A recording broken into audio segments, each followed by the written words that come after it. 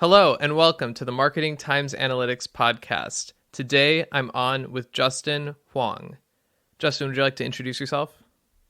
Hi, thank you so much for having me, Alex. Yeah, my name is Justin Huang. I am an assistant professor of marketing at University of Michigan's Ross School of Business. I've been there for 5 years now.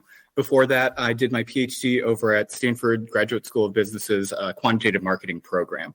And broadly, my research looks at the design of online platforms, online environments, e-commerce, and some of the downstream implications of that, both for creators and our consumption of information, and of course, broader society. So really appreciate, again, you having me on, Alex.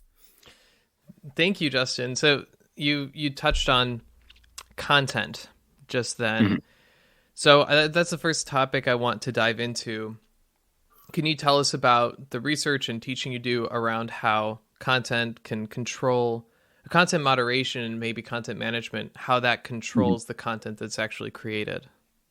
Yeah, definitely. So I've got one really interesting research project that is in its middle stages right now. So it hasn't been published yet, but we're gathering the data. We're running a lot of really interesting analyses, actually, just as we speak. My co-authors are working on that. But yeah, this question looks at how the content on the internet is being moderated. And for a lot of people that are maybe a little bit less familiar with the space, they might say, oh, well, there are a lot of automated systems. A lot of content automation or content moderation is just coming in through natural language processors.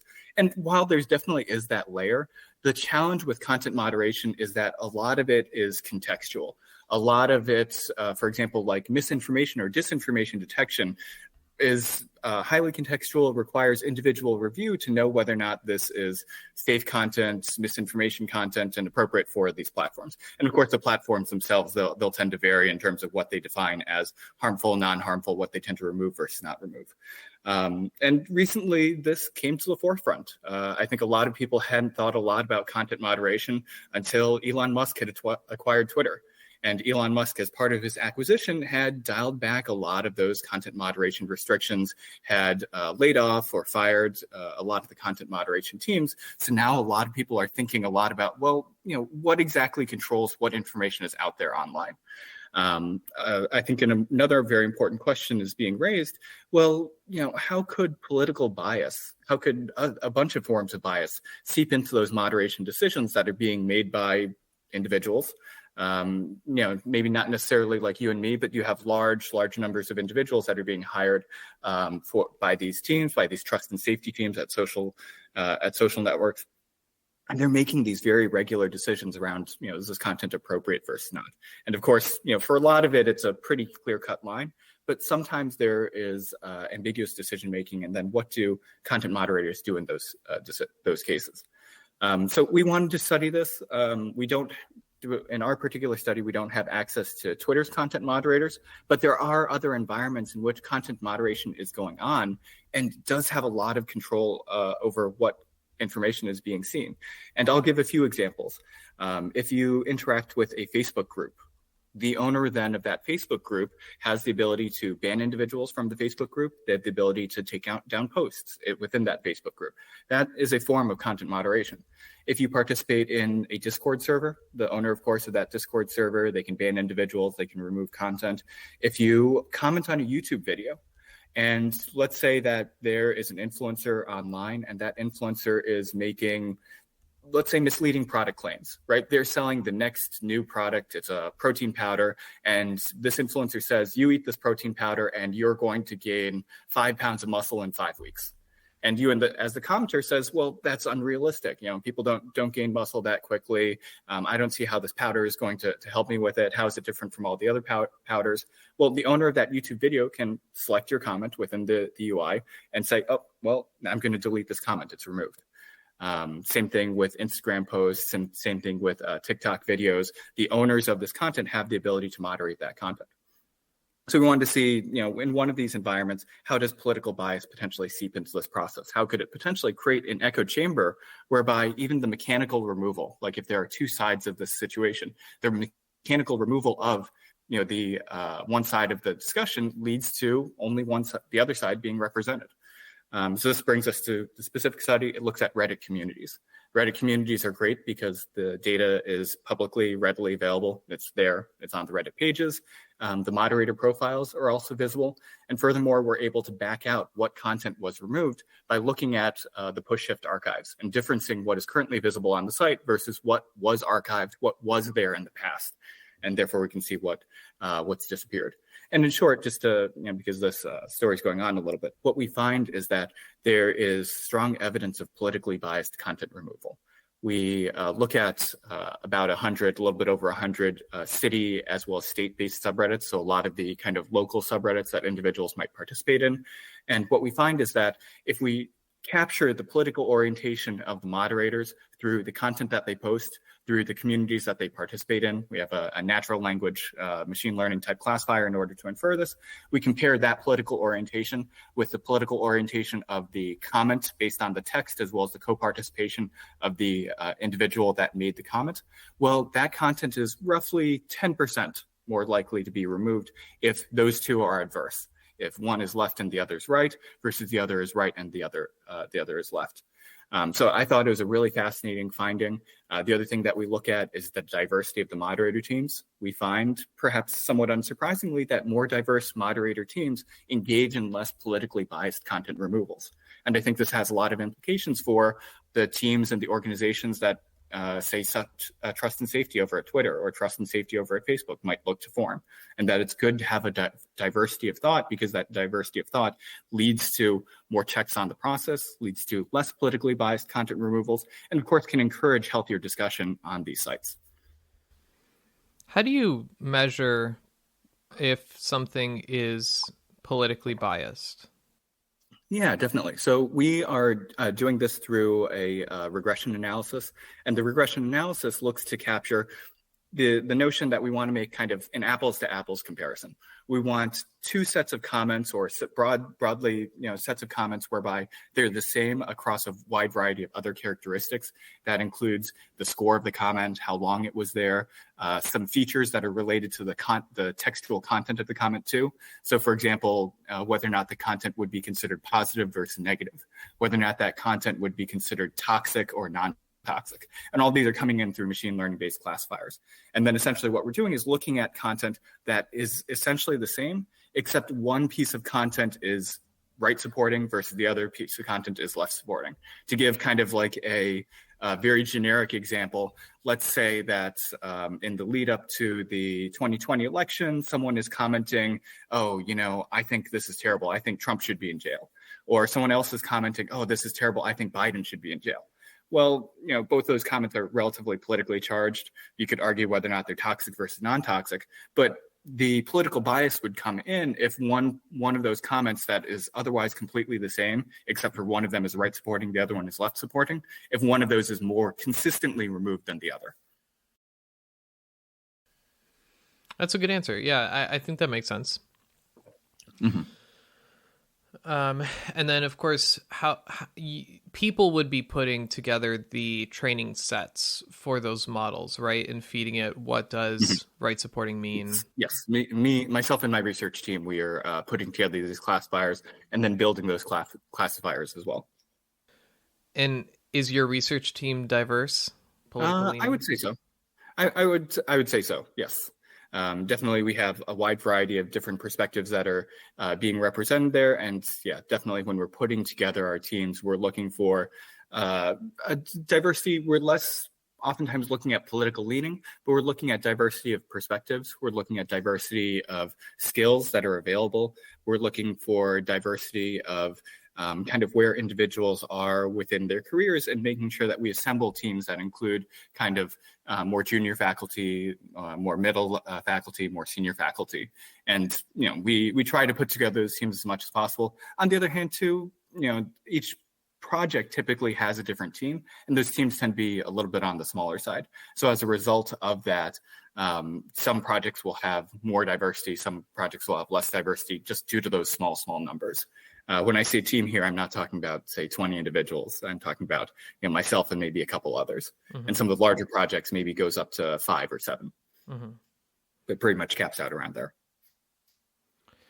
So I want to talk about something you mentioned earlier about inherent political bias. And was that one of the things that you could sort of extrapolate from that study, that even like moderators have political bias that will seep into their decisions, and it's sort of like a universal thing?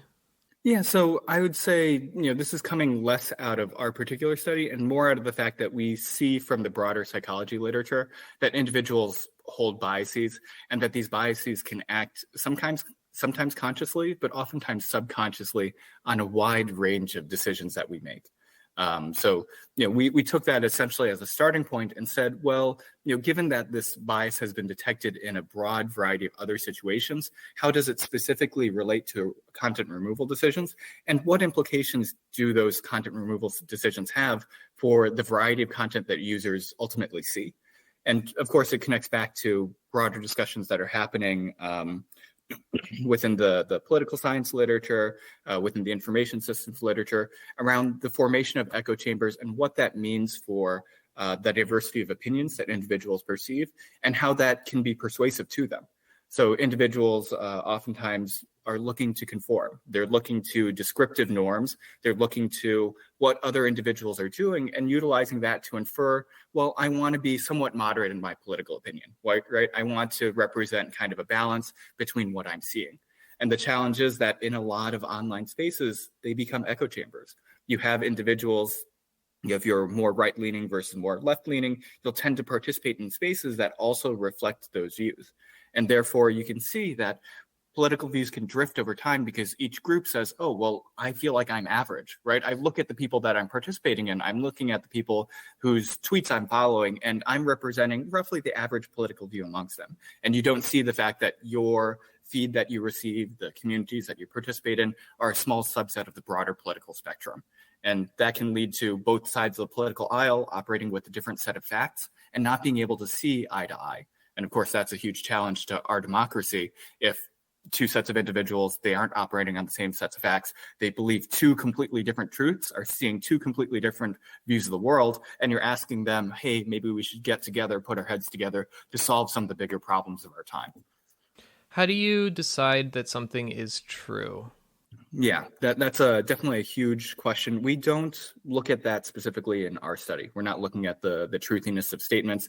That does reflect, first, the fact that classifying something as true versus untrue, especially on a very kind of broad level for the wide range of discussions that could happen on a free-form commenting social media site, is very hard. But also that we're looking within these communities and looking at other indicators that would tend to elicit content removal, such as toxicity. And of course, within toxicity, you have the presence of like insults, degrading language, sarcasm, right? All of these can be utilized to varying degrees to predict whether or not content ends up being toxic or not. And we see that toxicity maps very closely onto removal. Mm-hmm. I was watching a clip from the Possible Summit. It's an advertising summit in Miami. Elon Musk was speaking there with his new Twitter CEO, but at the time just the moderator. And he was talking about the concept of freedom of speech, but not freedom of reach. And the idea is to not ban people from being able to post, but rather not recommend, let's say, unsavory content to the greater mass of users. And I think that's a good middle ground. I'm curious, how do you see banning versus not boosting in terms of their effect on content? Yeah, definitely. So a lot of my other research looks at boosting mechanisms. It looks at rankings. It looks at front pages and featured content and ways that you can essentially make content more visible utilizing the wide range of tools that platforms have available to them. But when I think about kind of deboosting versus removing the content altogether, to be honest, I don't see a huge difference between the two. In the sense that because these platform display mechanisms are so powerful, it really doesn't make a huge difference between content getting like 1 or 2 views versus content getting, tens of thousands of views, right? And therefore, we deboosted this content and maybe it gets 1 or 2 views, but we could have just removed it and then had it be 0, right? Mm-hmm. Does that difference between kind of a couple views versus 0 views, does it really matter? I would say not necessarily, right? I'd say that there's kind of a continuum of actions, and deboosting content, especially to the extent that a lot of these platforms engage in it, ends up being functionally really similar to shadow banning, or functionally very, very similar to removing the content altogether. And as a result, of course, there's a lot of room for potentially the political bias of the website owners, website operators, which firms they choose to collaborate with in order to, for example, diagnose misinformation or disinformation. Well, those biases seep into now the boosting process, and then functionally speaking, then you have individuals on the platform that are being fed either more right-leaning or more left-leaning. Of course, that's a huge simplification.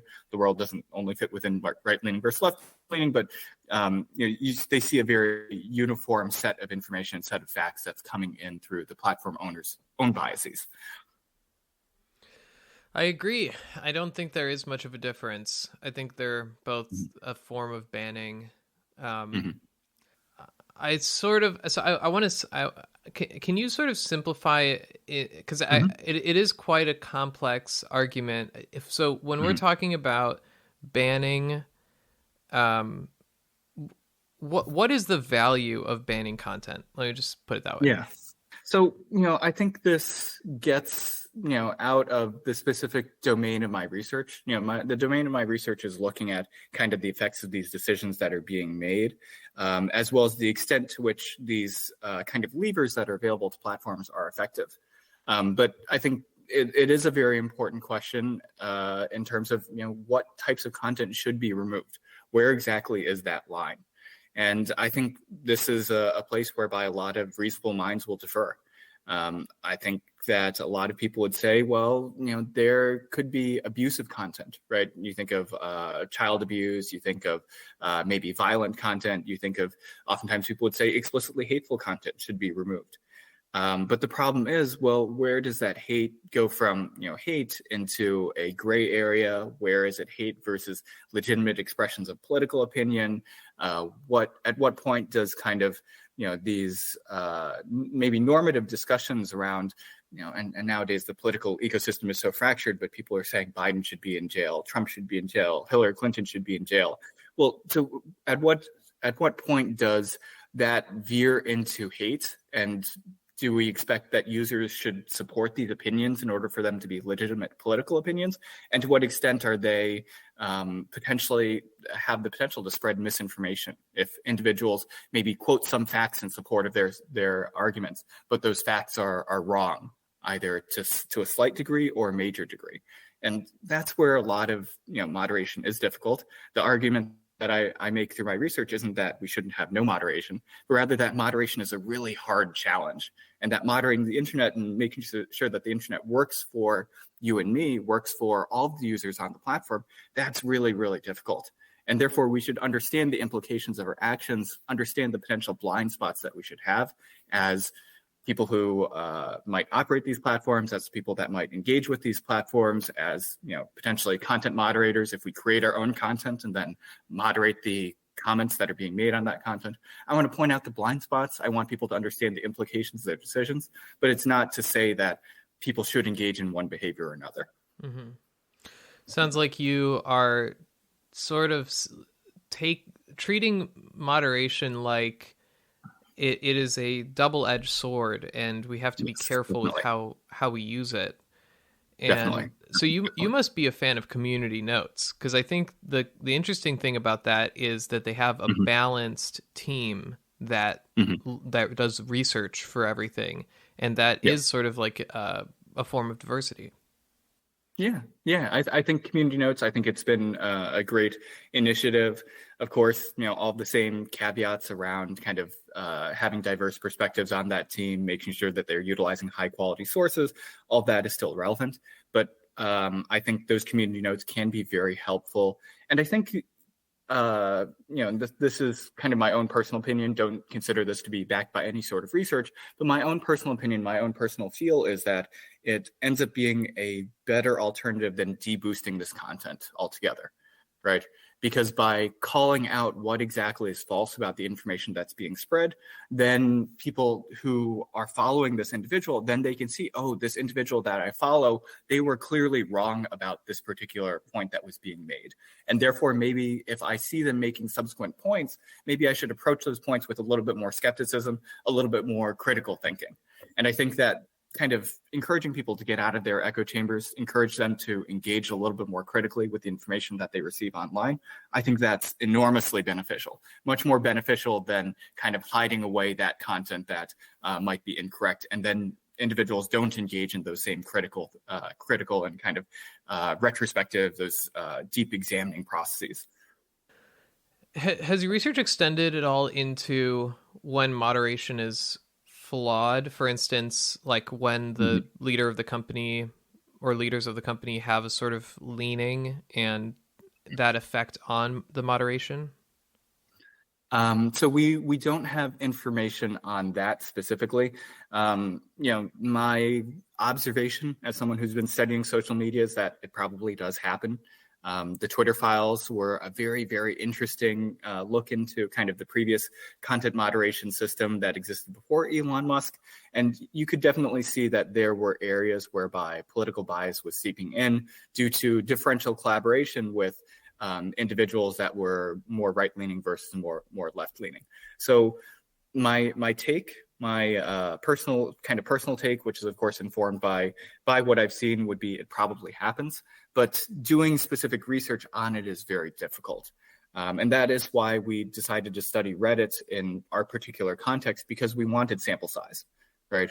We want to generate broad kind of generalizable insights about these kinds of behavior. And in order for it to be generalizable, we need to take it out of, well, this one person made this one decision at this one time, and therefore it led to, and of course, we have to make some argument about it, even leading to this particular outcome that we observed, right? And we need to argue that, the counterfactual outcome, had they not taken that decision, would have been different.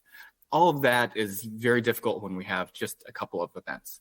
Right, it's a lot easier to do it when we have a large number of communities, large number of different moderation philosophies, and then we see differential outcomes between those over a large number of decisions. And that's why we leaned into Reddit. Cool thing about Reddit is that you have independently governed communities.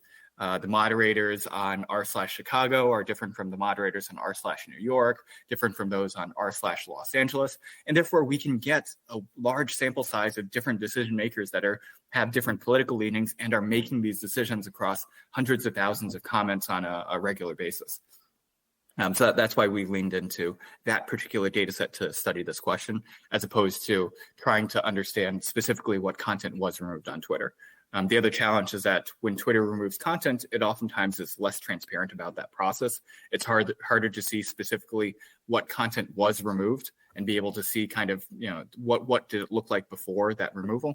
Whereas on Reddit, due to the historical systems that have been put in place and a lot of kind of independent tech-minded creators that have built tools on top of Reddit, we have the ability to examine these kind of the removed content and therefore characterize the characteristics of that removed content too.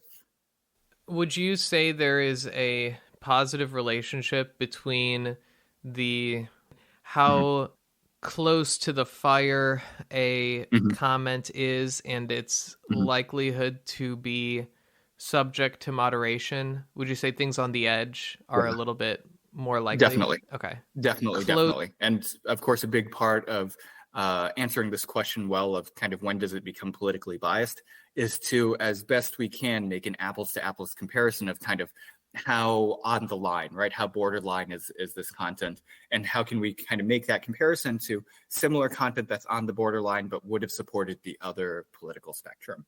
And we're doing that as much as possible. We have a wide variety of controls that are trying to capture that. But can I say that's being done absolutely perfectly? No. Right. I think with all these machine learning systems, it's hard to get it exactly perfect 100% of the time. And of course, kind of relating that to another hot machine learning topic, that's why self-driving has proven such a difficult challenge for Tesla, proven such a difficult challenge for Elon Musk, who has been promising us for years that it would be here. Right. When you have machine learning and then it needs to be utilized in safety related applications, well, suddenly 99% accuracy is no longer good enough. Right. Mm-hmm. 99.9% accuracy is no longer good enough, and therefore, it's a hard push to get it exactly right. And of course, you're functionally never going to be able to get there. Yeah. Quite a challenge. I want to talk about the implications, the implications to marketers, because I think what I'm getting here is if you're a brand and you have social accounts, organic, or whatever kind of content you're posting, what you what I'm understanding is you would want to stay away from any charged topics because depending on where the content is seen, people from one side or another are going to try to attack it, and then that's a risk for the brand. So I feel like brands generally would try to stay in the middle, and that's probably why they don't get as much attention. Like, I feel like there's very few brands. There's like Wendy's that like that has a great Twitter account. Like there's few, but would you say that generally brands are sort of stuck in this very moderate place where they can't say anything too far to one side or another? I think it's definitely a huge challenge for brands, and it's a question that kind of exists within marketing, but even kind of has a lot of broader implications, even outside of kind of specifically marketing or kind of the management of the social media accounts, right? So it's kind of, what are your brand's values and how do we want to represent them to the consumer? And we don't want our social media accounts kind of engaging in a different narrative than we are putting out in our advertisements. We are engaging with through our various other corporate social responsibility, CSR type of activities, and engaging in through maybe our product design and how we're sourcing kind of the specific materials that go into our products. So as a result, I think a lot of brands are leaning away from it, but there is the potential for them to do so, to potentially wade into more political waters and therefore represent themselves.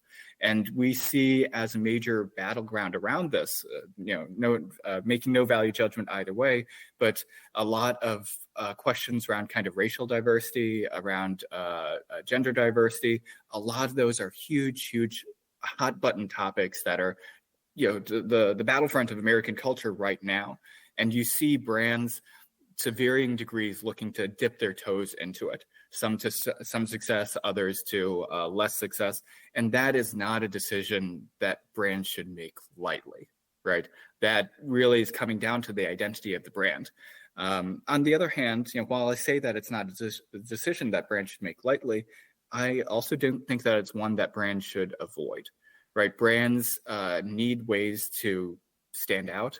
Consumers are increasingly looking to brands to represent their values. So oftentimes saying nothing even can lead both sides to be unhappy as well. So that is a difficult question to have. It has implications for kind of what are the values that brand wants to represent. There's another kind of course, financial incentive. Maybe we should be thinking a lot about the values of our consumers. And should we mirror those values, even if those values are contrary to the ones that we as the owners, the operators, the managers of these brands look to represent too. So it's a very, very challenging question that a lot of them are facing. Mm-hmm. And I think sometimes the brands get it wrong when they're trying to appeal to consumers. I've seen several examples. I mean, any time a company makes a serious statement, a values statement, something that's a hot button topic, they lose customers. For sure. And there may be some that are more loyal, and maybe it balances out, but it's a minefield. Yeah, it totally is a minefield. I think another challenge about wading into this minefield is that once you start to engage with it, then consumers will also scrutinize the other actions that you'd historically taken, right? So brands strive to be authentic. I think definitely authenticity is one of those kind of things that consumers are expecting more and more from their brands. They're expecting them to kind of represent these values through all the actions that they take.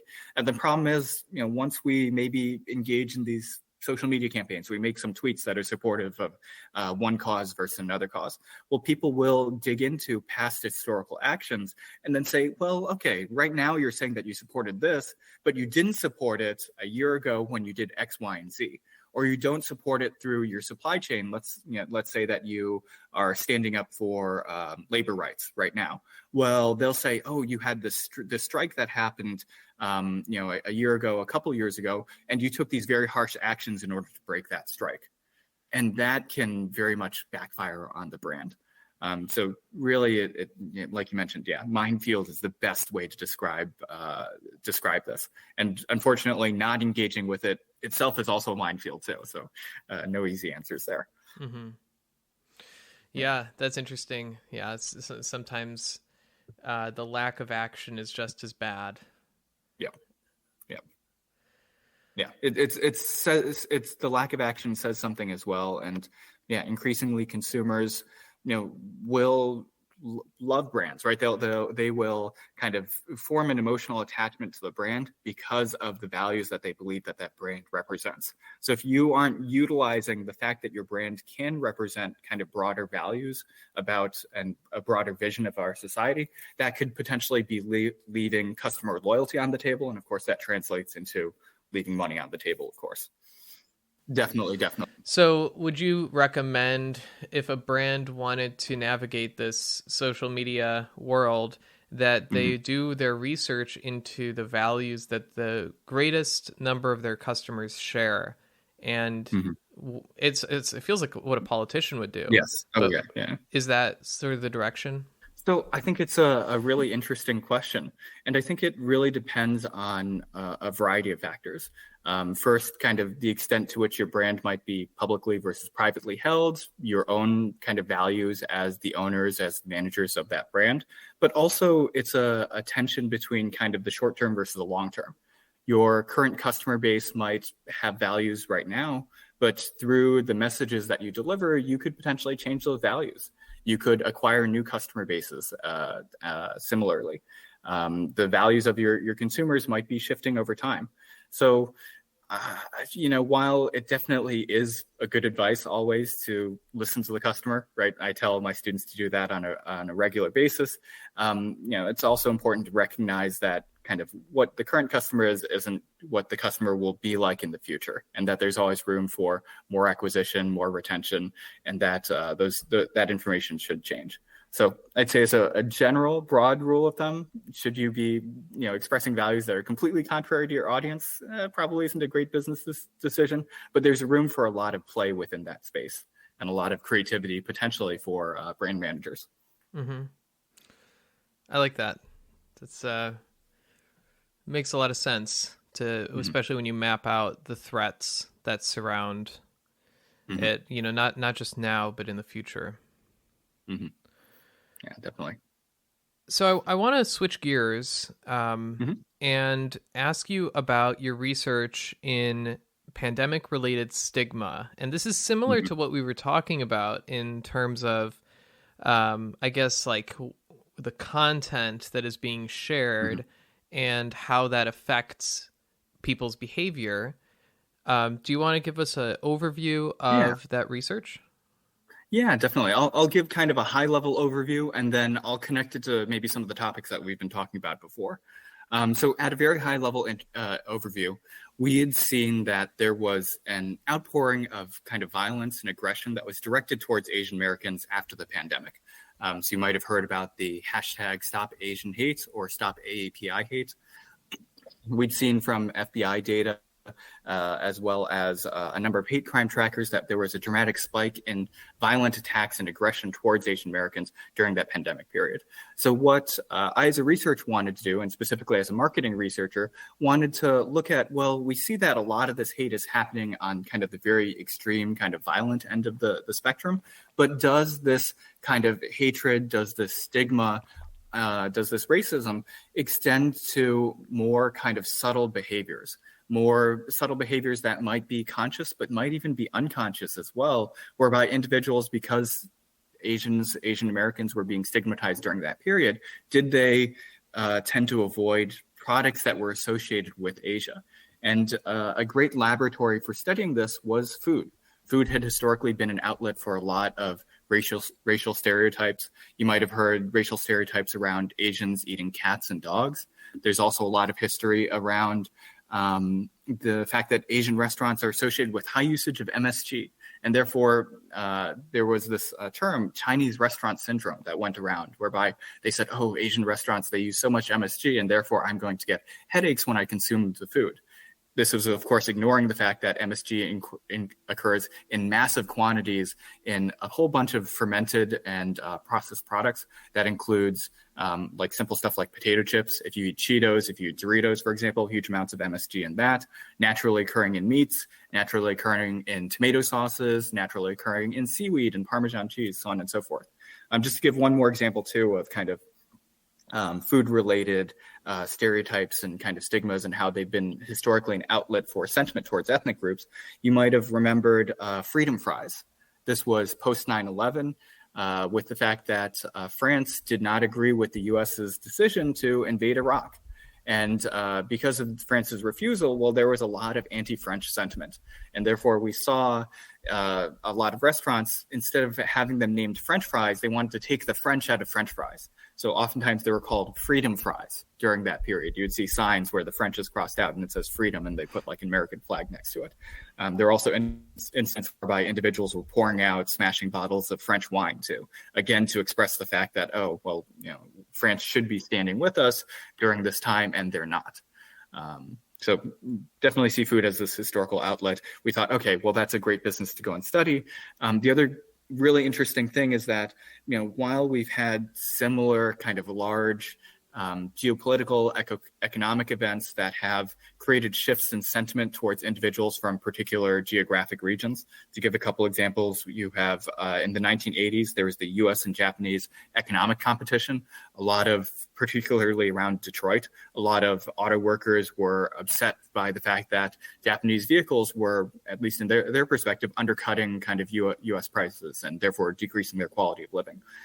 We also saw a lot of anti-Muslim, a lot of anti-Arab sentiment that was coming in post 9/11. But the really interesting thing about right now is that we have large-scale consumer mobility data. And we saw that large-scale consumer mobility data being utilized in the early days of the pandemic to track, for example, compliance with stay-at-home orders or social distancing compliance. And that's coming in through mobile devices, your cell phones. A lot of app manufacturers had utilized software development kits, and those software development kits included kind of features for regular heartbeats. Apps saying, hey, I'm still here, the user is still here, and oftentimes if location services were enabled, that also came with location-based information. Well, this information got packaged, got resold to marketing agencies, kind of like mobility analysis kind of agencies, and one of those was SafeGraph. And SafeGraph had a data sharing program whereby they said, hey, you know, we want to advertise our products. We want to make it available to academic research. We think that this is a great way to get additional exposure. So as a result, me and my research team, we got access to this consumer mobility data. It's able to track for millions of locations throughout the United States on an anonymized, aggregated level, how much traffic those locations were getting every single day. And of course, that led into our study of restaurants. We were able to compare, again, to make an apples to apples comparison of restaurants that were in the same location, served similar types of food, and yet one of them was an Asian restaurant, one was a non-Asian restaurant. And in short, you know, I recognize that this is becoming a pretty long summary, but in short, bringing it back, we found that there was an 18.4% additional drop in traffic if restaurants were Asian restaurants versus non-Asian restaurants in the pandemic period. And of course, this is on top of the fact that all of these restaurants suffered a drop in traffic as a result of the pandemic itself. Translating that into economic terms, we did some back of the envelope calculations. We estimated that this represented roughly $7.4 billion in lost revenue for Asian restaurants. And of course, you know, these are Asian restaurants. They're owned by Asian Americans. They're owned by Asian Americans that are living here in the States. You know, and we saw that, you know, it wasn't only just like Chinese American restaurants, but Japanese American restaurants, Korean American restaurants, Indian American restaurants. All of them were being stereotyped under this broad umbrella of being Asian, and therefore were being avoided during these periods. So it connects to a lot of issues within kind of Asian American studies, such as the notion of being a perpetual foreigner, that even if Asian Americans are born in the United States, even if they are citizens, they're oftentimes perceived to be more foreign than comparable individuals of other ethnic descent. And of course, kind of connecting this into our previous discussions, well, this is one whereby brands are looking to express an identity, right? Restaurants are looking to brand themselves, looking to express an identity. And you think about restaurants, well, they are a type of small business. Their resources are limited. So how do we convey our product offerings? How do we convey our values to the customer? Well, they'll oftentimes just kind of engage in kind of relatively generic ethnic branding as a result, right? How do we express the fact that we are serving kind of fried rices, fried noodles, General Tso's chicken? We'll brand ourselves as a Chinese restaurant. We will come up with a generic name like, it's the Panda Garden or something along those lines. And of course, that's a form of branding. Consumers are going to respond to that branding. And of course, consumers are increasingly making consumption decisions based on kind of, do we think that these brands represent the values that, of course, I want to represent? And usually this encourages brands to act more ethically. But we also need to recognize that consumers are subject to biases, subject to stigmatization, can engage in either conscious or subconscious racism. And therefore, this anti-foreign sentiment can reflect on domestic business owners in a lot of negative ways. And this is one of those examples. Just to give another example too, this wasn't something that we'd studied during our research, but had happened after we'd done the research. There was Russia's invasion of Ukraine. And what happened after Russia's invasion of Ukraine? Well, a lot of people were smashing vodka bottles, were even vandalizing some Russian branded businesses. And yet the challenge was that a lot of these vodka brands they have no affiliation with Russia. They're made in the United States by American spirits manufacturers. And yet, due to the fact that their product has affiliations with being Russian, well, people are smashing their products, potentially attacking their stores. There were a number of even Ukrainian American-owned restaurants, and yet, due to the proximity and the fact that Russia is much better known than Ukraine was, especially pre-invasion, they had branded their food as being Russian food. And yet these restaurants were also being attacked despite being Ukrainian American for the fact that they had marketed themselves as being Russian. So really interesting kind of interplay between branding behaviors, between kind of consumer stigmatization and discrimination, and consumers looking to express their values through consumption activities. And that was kind of some of the upshot of the study. That's why I, as a marketer, found it really fascinating. And of course, as an Asian American, it allowed me to tell a lot of kind of Asian American stories too, and kind of relate it back to a lot of the challenges that the Asian American community was facing from rising hate during that period, and unfortunately continuing through to this day.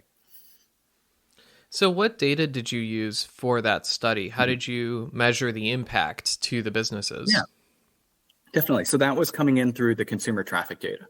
So we had data on 600,000 restaurants throughout the United States. It captures actually a pretty significant fraction of restaurants there. And the great thing about this traffic data is that, it's been historically very challenging to study small businesses. Small businesses, the reporting is oftentimes not the highest quality data that's available to them. There had been some small scale studies, some small scale survey studies of businesses in some occasions. But of course, those small scale survey studies, they're subject to selection biases. They're also oftentimes geographically concentrated. So there was a study coming out of UCLA that looked at specifically restaurants and businesses in Southern California. But instead for us, through this large-scale mobility data, well, now we get a great picture of the typical traffic of these businesses. And of course, for the business owners, then traffic represents, customers coming in the door. It's a pretty good proxy for whether or not the business is doing well versus doing poorly. So we were able to look into that traffic data. We wanted to make comparisons between Asian restaurants and non-Asian restaurants within the same area, controlling for a wide range of other characteristics, both at the restaurant level as well as at the demographic and kind of the regional level within that area, looking at kind of political preferences in that area, looking at a bunch of information that was coming in through the U.S. Census data too. So that's the rough framework that we did within our analysis. Again, trying to make an apples to apples comparison of kind of pre-pandemic, post-pandemic, how much larger was the relative drop in traffic for Asian versus non-Asian restaurants that are otherwise comparable. Mm-hmm. Yeah. And how did you decide comparable restaurants? Yeah, so they're comparable if they're the same across observable characteristics. So we have their one of the strongest controls that we have is just their pre-pandemic traffic, right? So if they're at the same level of pre-pandemic traffic, well, they're of roughly the same scale, right? Your mom and pop store that's kind of like got a small location on a little corner is very different from like a McDonald's location. So we wouldn't want to make comparisons between those two. But additionally, on top of that, we have coming in from the data set, we had their classification of food service type. So were they counter service, were they sit down, were they buffet, did they offer alcohol, as well as we had their ethnic affiliation and the types of food that they served. So all of that was coming in into our regression analysis, and then we utilized that regression analysis to estimate coefficients on each of those characteristics, and then look at then for restaurants of similar performance, predicted performance across this wide range of controls that we have, then let's make the comparison specifically between Asian versus non-Asian restaurants.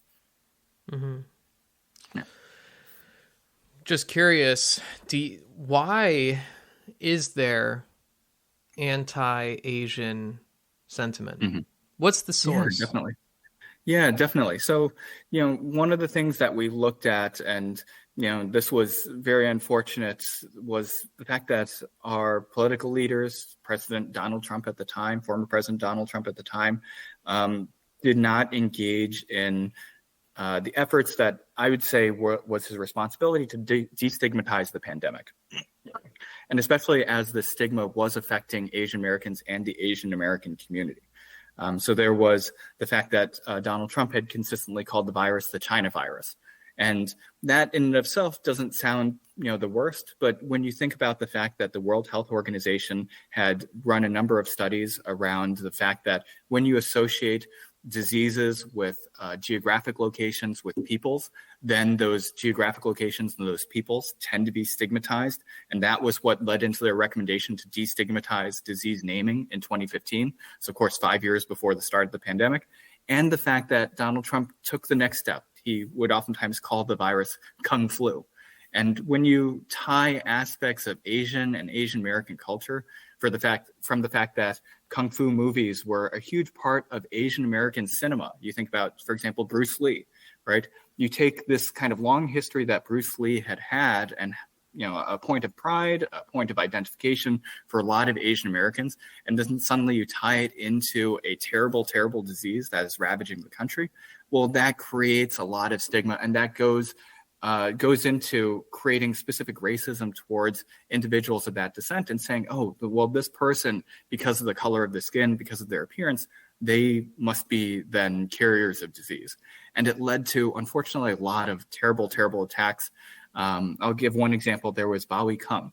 Bawi Kung and his two sons were there in a Sam's Club in Midland, Texas. And this was in the early days of the pandemic. I want to say either March or April of 2020. So within the first month or so of the pandemic. And he and his sons were shopping at Sam's Club, and they got attacked by a knife-wielding assailant. And the knife-wielding assailant said, well, you guys look Chinese. You must be bringing the virus into the country. And he slashed Bawi Kung and his sons. Thankfully, he and his sons both survived the attack. But it was an example of kind of the fact that disease was becoming stigmatized, was being connected to individuals of particular descent, and therefore those individuals were being attacked for it. And of course, another aspect of this is that individuals that know the least about these ethnic groups are also most likely to engage in misidentification too. So they've said, oh, Bawi Kung, and of course, not that this would make it any more justifiable, but they said, oh, Bawi Kung, you look Chinese, therefore you're bringing the virus into the country. Bawi Kung and his sons were not Chinese. They were coming in from Myanmar. They were coming in from formerly Burma. And they were, of course, not even coming in from, but their ethnic descent was from there. Of course, they were Americans, and yet they were attacked for the same reason. And we see, unfortunately, this trend of misidentification and stigmatization playing out through a wide variety of geopolitical events. I highlight in the research, there was the case of Balbir Singh Sodhi. Balbir Singh Sodhi was a Indian American Sikh. And as an Indian American Sikh, he wears, as part of his religion, he wore a turban. Well, post 9/11, he was murdered because his assailant said, well, I have anti-Arab, anti-Muslim sentiment, and I see this individual, he's of darker complexion. I think that he might be from the Middle East. He's wearing a turban. I associate turbans with being Muslim, and therefore he was shot and killed in cold blood. It was absolutely tragic. But again, there's this correlation between those individuals that harbor the most stigma, harbor the most kind of hatred towards these groups. They don't have the exposure. They don't differentiate between these individuals. And as a result, you see a lot of these broadly targeted attacks that harm, it's not just hatred directed towards people in the Middle East, people from Asia, but Asian Americans too. And of course, that ties in very closely with the perpetual foreigner stereotype, the fact that Asian Americans are perceived to be more foreign. So essentially that was playing out both at the violent level, but we, through our research, were also able to show that this is playing out at the consumer discrimination level too. It happens for both aggressive behaviors and more subtle kind of like moment-to-moment consumer decision making. Wow. I'm wondering how this can be used strategically to benefit businesses in the future. Do you have any insights that businesses can take away from that study? Yeah. So, I think it is important for businesses to, engage in diverse branding. And especially for Asian American businesses, historically, and this is coming into a lot of Asian American history, but historically, a lot of Asian American restaurants were not opened out of, for example, like the chef owner's particular passion for culinary cooking, right? It wasn't that these individuals were previously chefs and they're like, oh, I'm a great chef, I'm going to open a restaurant. But rather it's coming in from the long history of employment discrimination, coming in from the Chinese Exclusion Act that prevented a lot of Asian Americans, oftentimes Chinese Americans too, from engaging in other forms of small business commerce. And as a result, individuals with no particular passion for food opened up restaurants. Well, what do those individuals do? Well, they don't have a particular passion for food. They don't have a lot of skills in restauranting. So they'll lean very heavily into just making the ethnic identity of their food their brand. Right. So this is where you get a lot of Asian restaurants that are called like Panda Garden or like, China Garden or something along those lines, right? Tokyo Garden, Seoul Garden, something like that. And I think what's important and what we're seeing over time is that the next generation of Asian Americans, well, first, they have more employment opportunities. Racism and discrimination, while still present in society today, and of course, discrimination against Asian Americans has gotten worse. There have been a number of studies that looked at this post-pandemic. It's gotten worse there, but the broader trend is still positive in the United States, and that's a great thing. And that means that this younger generation of Asian Americans first have more other economic opportunity and can engage in forms of business, small business ownership that are not just restaurants. But it also means that those that remain in the restauranting business are more likely to be those that have a real passion for food and a real passion for innovating on this cuisine. And what does this mean? This means that they have the ability to define their brand as more than just being a Chinese restaurant or a Korean restaurant or a Japanese restaurant, right? They have more ability to tell a more unique story through the design of their restaurant, through the food itself. And from there, illustrate the fact that Asian Americans are unique and diverse.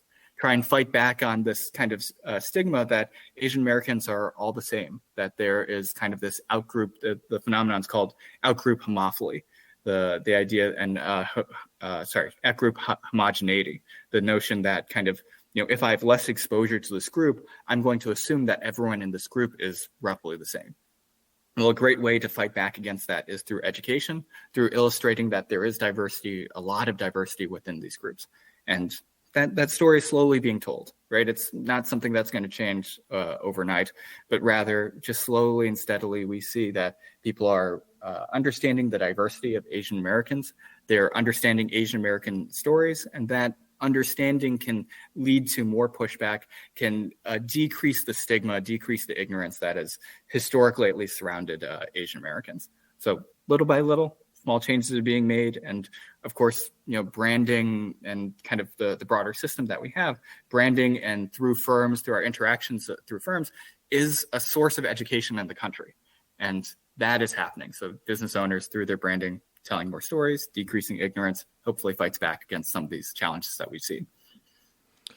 So I'm understanding that there is a risk to blending it with your brand with other businesses that are similar. Yes, and definitely. I think previously there was an advantage to it, and Yes. consumers responded well to that. But in today's world, with today's consumers, they can throw away the baby with the bathwater, right? Is that if that's the term? So yes, definitely. I love that analogy. Yes. yeah, they throw them all away, and that was previously the strength, and now it becomes the weakness. Definitely. Wow. Definitely. And it's a strength. It's also a matter of just kind of efficiency, of convenience as well. For a lot of small business owners, they don't have a lot. They have limited time, limited attention, limited resources, limited human capital too. Right? You have a lot of people that are going into these businesses that don't have a lot of business background, never went to business school, never took a marketing class. And yeah, that's why they tended to lean into kind of this style of branding. You could say it's even a form of umbrella branding. And, in the same way that I tell my students, tell your brand story through your marketing, I would give that same advice to a lot of these small restaurant owners. Tell your story through your marketing, right? Through not just the design of kind of the exterior of the store, the interior of the store, design of your menu, but also through your product offerings, through your other forms of communication to the customer. And yeah, it is broadly a good thing for a lot of businesses. More differentiated businesses are able to charge higher prices due to the fact that consumers perceive their goods to be less substitutable.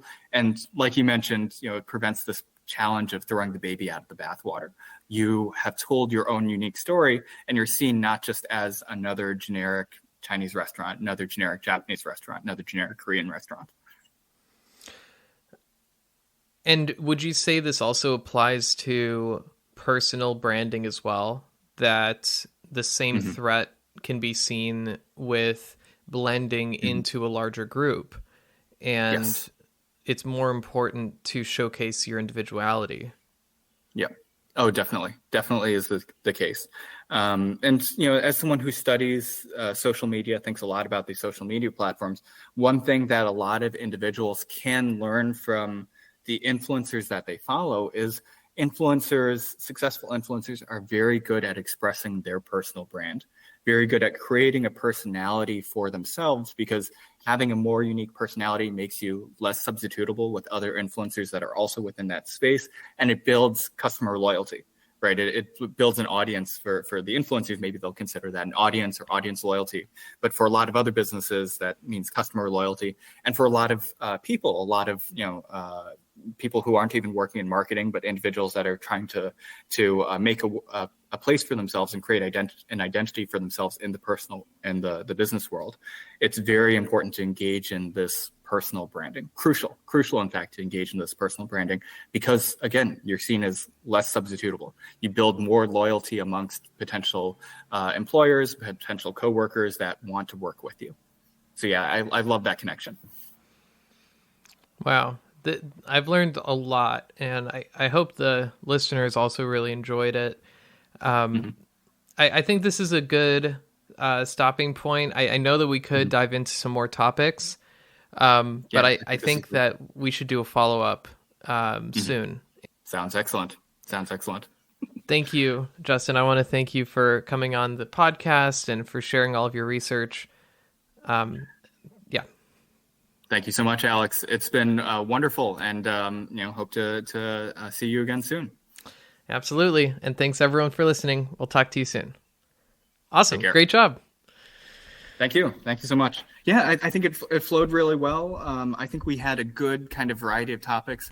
I tried to hit the right balance too of kind of diving in and telling a little bit more of this kind of Asian American story, because of course I like to do that. That's part of my own personal branding. Yeah. But I hope I did a good enough job at kind of making it very approachable for a broader audience and connecting it to these broader business topics too. Yeah, you did, and that's sort of where I felt like I came in, was like trying to Yes, think yeah, you were about great. connecting with like what can we take away from this, and so I agree. I really enjoyed it. I would love to have you on again. Of course. Yeah. So This yeah, was a lot of fun. And you were an excellent, absolutely excellent host. thank you, Definitely see your experience shining through. thank you. That really means a lot. All right, Justin, have an All awesome right. weekend. It was a pleasure. I'll look forward to the episode. Just shoot me a ping once it comes on out. And of course, I'll tweet it. I'll put it onto my socials, my Twitter, my LinkedIn, all sorts of stuff like that. Oh, I really Uh, appreciate that. Yep, yep. it'll be a few weeks, probably like Yeah, no worries. No 4 to 6. worries. I know you've got your content production schedule. Love that you're able to do this on the side. It's wonderful. Yeah. Well, it's all thanks to people like you who want to join and share their ideas. So, thank you. Excellent. All right. Take care. Have a great weekend. You too. Bye, Justin. See you. Bye.